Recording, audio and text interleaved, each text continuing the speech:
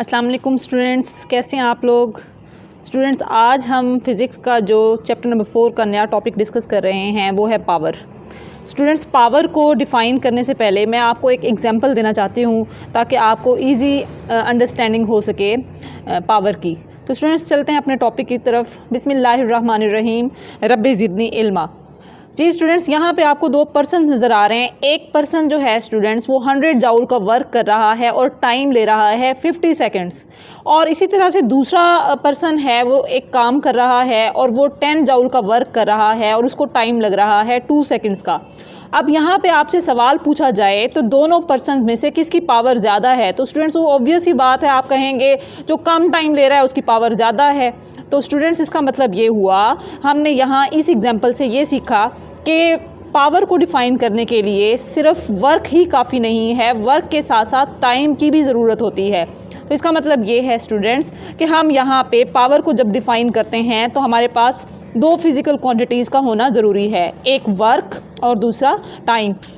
तो इसका मतलब ये है स्टूडेंट्स, वर्क को जब हम टाइम पे डिवाइड करेंगे तो वो क्या बन जाएगी, पावर बन जाएगी। तो पावर को हम लोग डिफ़ाइन करते हैं थ्योरेटिकली।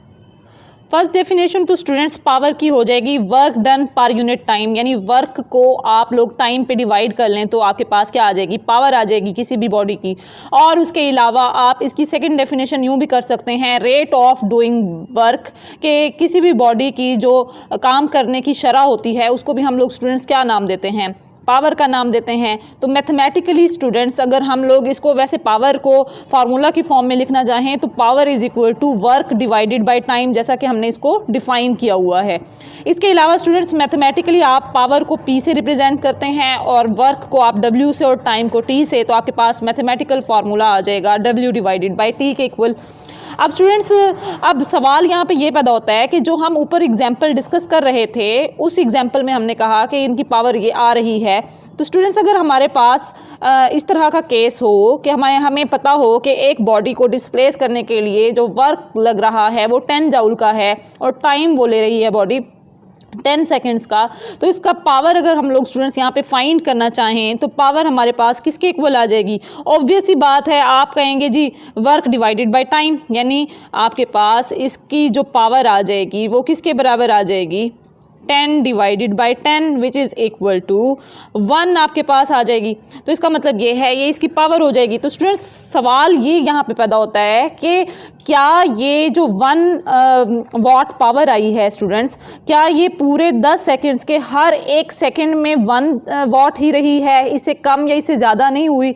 तो स्टूडेंट्स, इसको समझने के लिए हमें एवरेज पावर का कंसेप्ट लेना होगा। तो स्टूडेंट्स, आइए ज़रा इसको देखते हैं कि किस तरह से एवरेज पावर को हम डिफ़ाइन कर सकते हैं। स्टूडेंट्स, यहाँ एक पर्सन है जो वर्क कर रहा है, जो ये वर्क कर रहा है फर्स्ट 2 सेकेंड्स में इसने जो वर्क किया है वो 3 जाउल्स किया है। फिर उसके बाद नेक्स्ट 2 सेकेंड्स में इसने जो वर्क किया है वो 2 जाउल्स का किया है।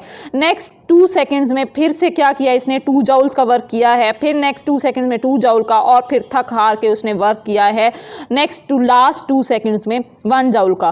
तो स्टूडेंट्स, आप गौर करें, इसी ऊपर वाले टाइम 10 सेकेंड्स को यहाँ पे डिफरेंट 5 इंटरवल्स में डिवाइड कर दिया गया है।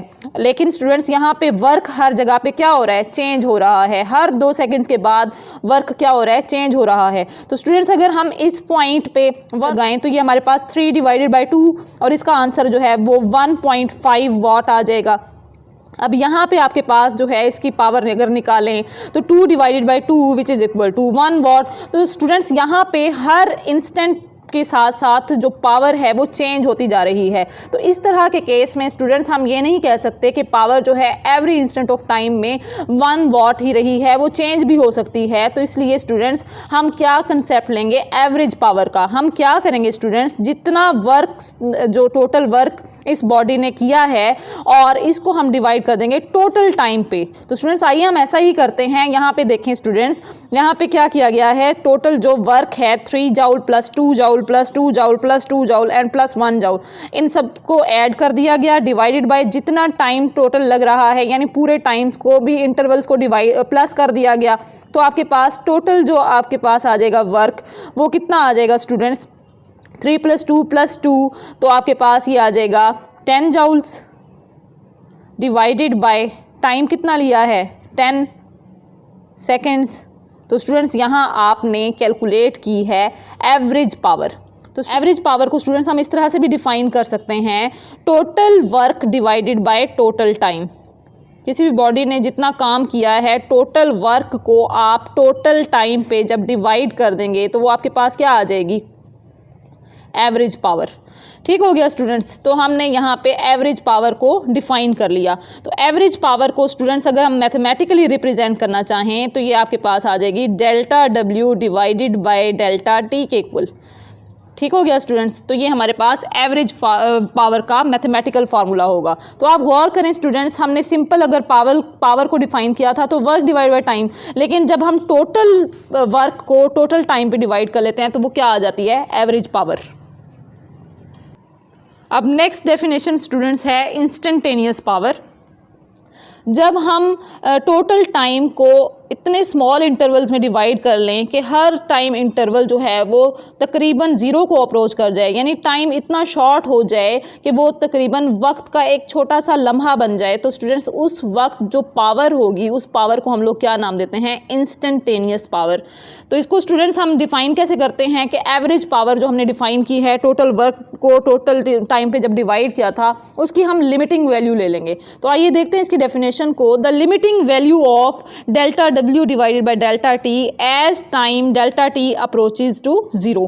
तो जब स्टूडेंट्स टाइम जो है वो इतना शॉर्ट हो जाए कि वो तकरीबन ज़ीरो के बराबर हो जाए, उस लम्हे को, उस वक्त के लम्हे में स्टूडेंट्स जो पावर होगी उसको हम लोग नाम देते हैं इंस्टेंटेनियस पावर का, और इसको हम रिप्रेजेंट करते हैं P इंस्टेंटेनियस से, और इसका फार्मूला आपके पास आ जाएगा limit delta T approaches zero delta W divided by delta T. तो स्टूडेंट्स आप याद करें तो हम एवरेज पावर को भी delta W divided by delta T से ही रिप्रेजेंट कर रहे थे। यहाँ पे हमने डिफरेंस क्या किया है, लिमिट अप्लाई कर दी है delta T approaches to zero, यानी जब हमारे पास टाइम इंटरवल क्या हो जाए, बहुत ज़्यादा शॉर्ट हो जाए। अभी हम प्रीवियस एग्जाम्पल में डिस्कस कर रहे थे, हमने टाइम 10 सेकेंड को 5 डिफरेंट इंटरवल्स में डिवाइड किया था। अब हम मज़ीद उसको छोटे छोटे इंटरवल्स में जब टाइम को डिवाइड करें और टाइम इतना छोटा कर लें कि वो टाइम तकरीबन ज़ीरो को अप्रोच कर जाए, तो इस वक्त हमारे पास जो पावर होगी उसको हम क्या नाम देंगे, इंस्टेंटेनियस पावर का। तो उस वक्त हम स्टूडेंट्स एवरेज पावर का फार्मूला अप्लाई नहीं कर सकते।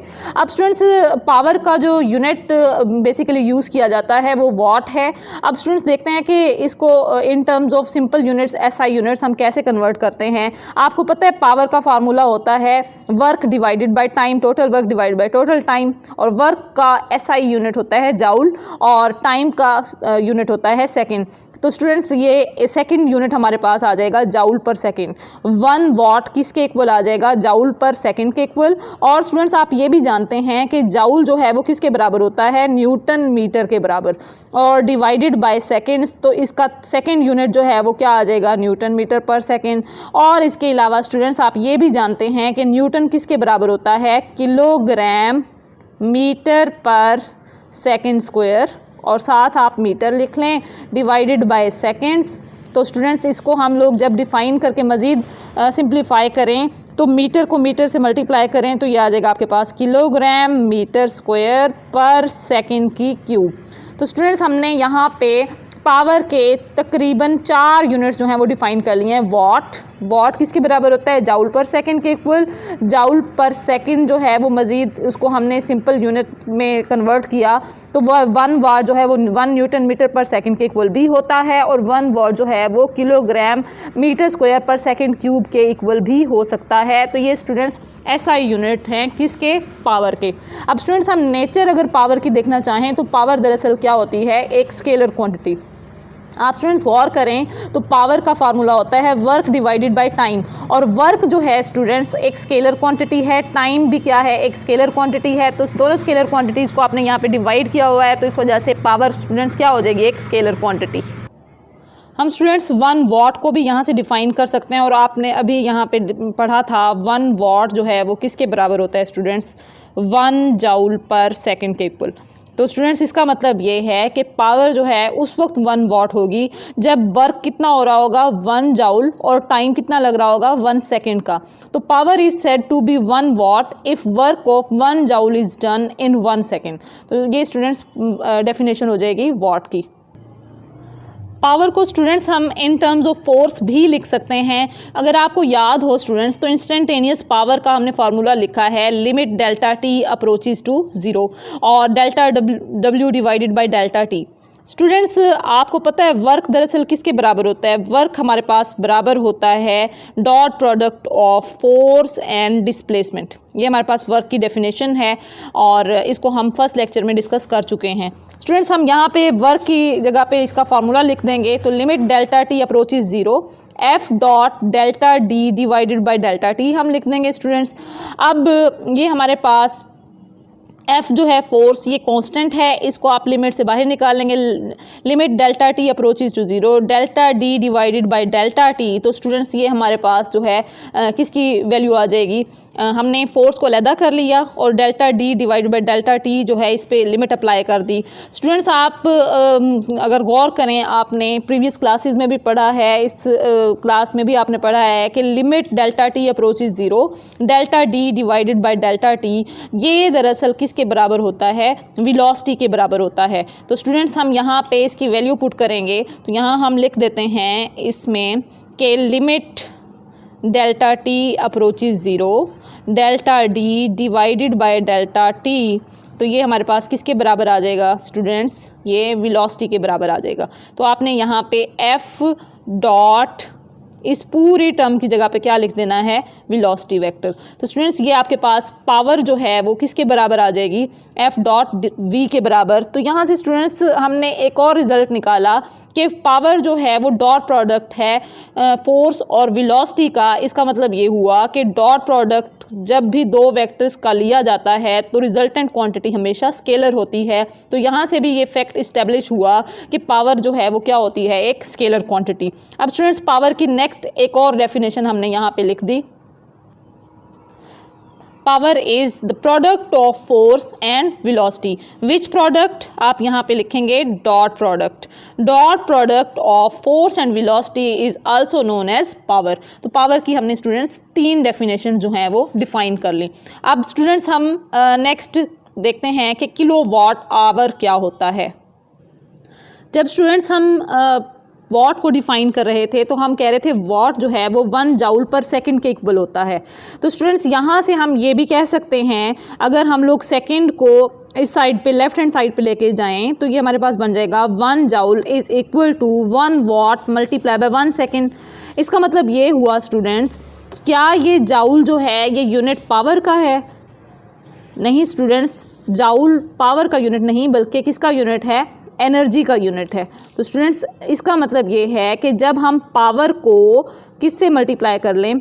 टाइम के साथ, तो हमारे पास क्या हमें मिलता है? हमें एनर्जी मिलती है। तो स्टूडेंट्स यहाँ हम किलोवाट आवर को डिफाइन सबसे पहले करेंगे और देखेंगे कि किलोवाट आवर दरअसल किसका यूनिट है? किलोवाट आवर स्टूडेंट्स दरअसल एनर्जी का ही यूनिट है। कौन सी एनर्जी का? इलेक्ट्रिकल एनर्जी का। चलिए किलोवाट आवर को स्टूडेंट्स हम इस तरह से भी डिफाइन कर सकते हैं, the work done by an agency in 1 hour whose power is 1 kilowatt. एक एजेंसी ने जो काम किया वो कितने टाइम में किया? 1 आवर में, और उसको कितनी पावर लगी? 1 किलोवाट यानी 1000 वाट। 1 किलोवाट को स्टूडेंट्स हम क्या लिख सकते हैं? 1000 वाट भी लिख सकते हैं स्टूडेंट्स। तो ये याद रखिएगा। अब जब इसने 1 घंटे में जो काम किया है स्टूडेंट्स वो उसकी पावर जो है वो 1 किलोवाट या 1000 वाट हो जाए तो इसको हम डिफाइन करते हैं किलोवाट आवर के तौर पे। स्टूडेंट्स जैसे हमने कहा कि जो जाउल है वो हमारे पास दरअसल एनर्जी का यूनिट है, तो स्टूडेंट्स यहाँ पे 1 पावर को जब टाइम से मल्टीप्लाई कर रहे हैं तो एनर्जी बन रही है। तो स्टूडेंट्स यहाँ पे आप गौर करें, यहाँ पे भी तो हम पावर को किससे मल्टीप्लाई कर रहे हैं? टाइम से ही मल्टीप्लाई कर रहे हैं। इसका मतलब ये है कि किलोवाट आवर दरअसल किसका यूनिट है? एनर्जी का ही यूनिट है। और कौन सी एनर्जी है students? Kilowatt hour is commercial unit of electrical energy. Electrical energy का यूनिट है और ये कमर्शियल यूनिट है। तो स्टूडेंट्स देखते हैं ये कमर्शियल यूनिट किस तरह से है। आप स्टूडेंट्स घर में कोई भी इलेक्ट्रिकल अप्लायंसेस चलाते हैं, फ़र्ज़ करें इलेक्ट्रिक केटल चलाते हैं और उसकी पावर जो है वो 1000 वाट है। अगर आप 1000 वाट पावर वाली इलेक्ट्रिक केटल को चलाएं 1 घंटे के लिए तो स्टूडेंट्स बिजली के जितने यूनिट्स ड्रॉप होंगे वो होंगे हमारे पास 1 यूनिट। तो स्टूडेंट्स ये हमारे पास किसका यूनिट है, इलेक्ट्रिकल एनर्जी का यूनिट है, और वो कौन सा है, कमर्शियल यूनिट। आप लोगों की बिजली के बिल पे आप देखें तो स्टूडेंट्स यूनिट जो लिखा हुआ होता है वो यूनिट्स में आपका जो बिल है वो बताया हुआ होता है कि आपकी कितनी एनर्जी कंज्यूम हुई है, इलेक्ट्रिकल एनर्जी कितने यूनिट्स जो हैं वो ड्रॉप हुए हैं। तो स्टूडेंट्स यहाँ से हमने ये चीज़ ऑब्जर्व की कि किलो वाट आवर्स दरअसल वो आपको क्या इन्फॉर्मेशन दे रहे होते हैं, यूनिट्स के बारे में इंफॉर्मेशन दे रहे होते हैं कि कितने यूनिट बिजली के आपने कंज्यूम कर लिए हैं। तो स्टूडेंट्स ये हमारे पास जो है वो 1 यूनिट किसके बराबर आएगा, 1 किलो वाट आवर के बराबर।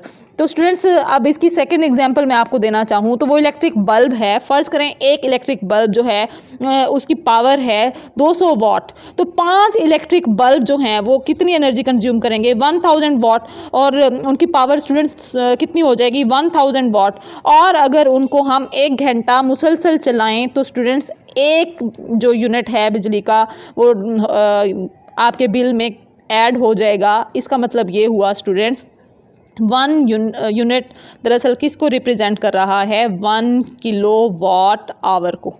ठीक हो गया स्टूडेंट्स। तो ये इसी वजह से इसको हम नाम देते हैं commercial unit of electrical energy, because आपके जो बिजली के बिल्स होते हैं उस पे हम कमर्शियल यूनिट को किससे रिप्रेजेंट करते हैं, यूनिट्स के टर्म में रिप्रेजेंट करते हैं, और वो यूनिट दरअसल किसको रिप्रेजेंट कर रहे होते हैं, किलो वाट आवर को।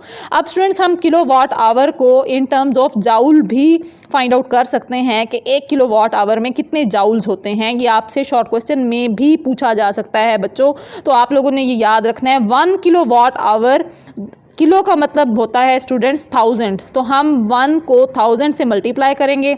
वाट जो है वो आपको पता है स्टूडेंट्स, वाट के इक्वल ही हम उसको रखेंगे, लेकिन आवर है इसको हम सेकंड्स में कन्वर्ट करेंगे पहले। तो आपको पता है 1 घंटे में 60 मिनट्स होते हैं, तो हमने 60 से मल्टीप्लाई कर दिया, और 60 सेकंड्स होते हैं, फिर से 60 से मल्टीप्लाई कर दिया। अब स्टूडेंट्स ये हमारे पास 1000 एज इट इज़ रहेगा, 60 को 60 से मल्टीप्लाई करें तो 3600 और साथ वाट और सेकंड आ जाएगा। अब स्टूडेंट्स हम इसको मज़ीद सॉल्व करें अगर, तो ये हमारे पास किसके बराबर आ जाएगा, ये आ जाएगा स्टूडेंट्स हमारे पास 3.6, इसको साइंटिफिक नोटेशन में मैं लिखती हूँ 3.6 इंटू 10 रेज़ टू पावर 6, और ये वाट को स्टूडेंट्स हम सिंपलेस्ट ऐसा यूनिट्स में लिखें तो ये आ जाएगा जाउल पर सेकंड और मल्टीप्लाई बाय ये वाला सेकंड। ठीक है, सेकंड से सेकंड स्टूडेंट्स कैंसिल हो जाएगा और आपके पास जो वैल्यू आ जाएगी वो आ जाएगी 3.6 into 10 raise to power 6 joules के इक्वल। इसका मतलब ये है 1 किलो वाट आवर में 3.6 into 10 raise to power 6 joules होते हैं, या फिर स्टूडेंट्स आप इसको यूँ भी लिख सकते हैं कि 3.6 मेगा जाउल्स भी हो सकते हैं। प्रीफिक्सेस की टर्म्स में अगर हम इसको लिखें तो 10 रेज़ टू पावर 6 जो है वो मेगा के इक्वल होता है, तो 3.6 मेगा जाउल्स के इक्वल आ जाएगा। ये हमारे पास 1 किलो वाट आवर की वैल्यू हो जाएगी। 1 किलो वाट आवर में कितने जाउल्स होते हैं, ये शॉर्ट क्वेश्चन में इंपॉर्टेंट है, पूछा जा सकता है। इंशाल्लाह स्टूडेंट्स नेक्स्ट टॉपिक में मुलाकात होगी, तब तक के लिए अल्लाह हाफिज़।